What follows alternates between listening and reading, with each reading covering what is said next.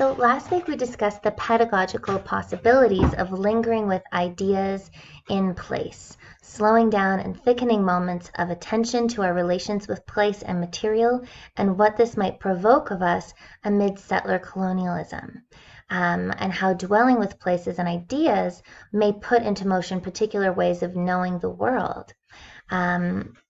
Where teachers and researchers are attending to the particular specificities of a place or a phenomenon, where meaning is not extracted or pulled out, but composed with, drawing again on law, how these methods produce realities.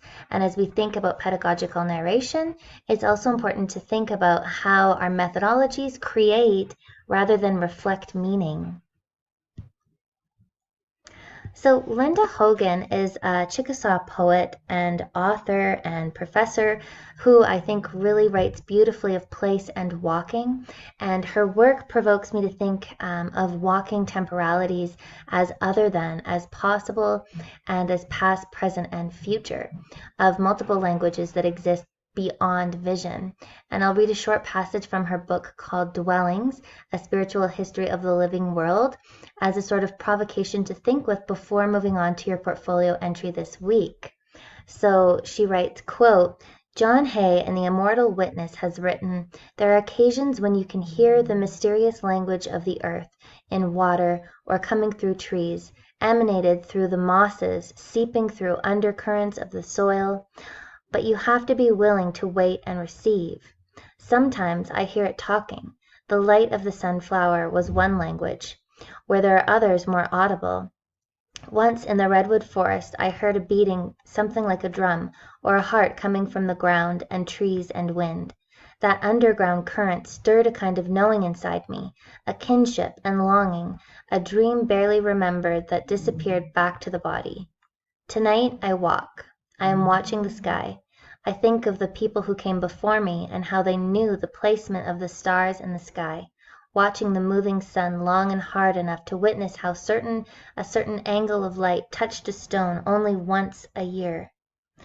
Without written records, they knew the gods of every night, the small, the fine details of the world around them, and the immensity above them.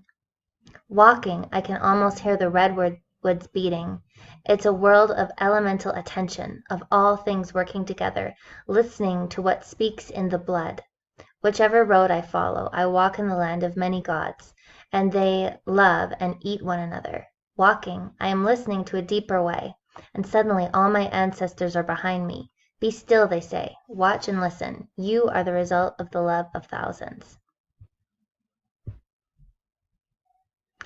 So, thinking with this passage from Linda Hogan's book, I think really speaks to the languages that exist beyond vision and how we might think of artful languages as we compose our living inquiries through pedagogical documentation, and that there are many possibilities of how we might do this through language and poetry.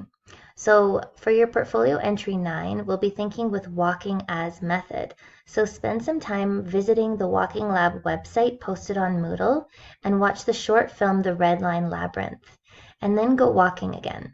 Using a phenomenological orientation to interpretation and writing, consider the act of walking. And in light of this week's content, consider what is walking? What does walking do to research and pedagogy? And compose a response to these questions using photo and text. So post your portfolio entry 9 to Moodle by Saturday at 11:55 and respond to one other entry by Sunday at 11:55.